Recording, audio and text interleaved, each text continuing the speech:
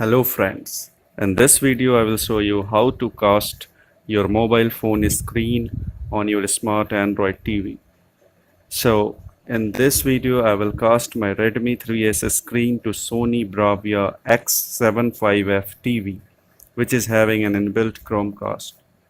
In case your mobile phone is not having this casting feature in your phone, you can download Google Home app and kickstart this feature on your Android devices. So let's start. You need to click on settings, then click on more. You could see the second last option of wireless display. Just click on it and switch it on.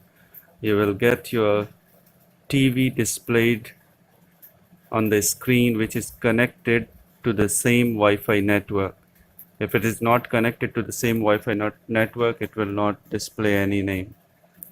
So screen has been casted to the TV, as you could see in the video, and in the same manner you could enjoy casting your mobile screen to your TV screen, which is several times bigger than the mobile screen. So now I'm opening YouTube. Just see how interesting it is, and you could see any mobile video on your TV screen in a bigger format.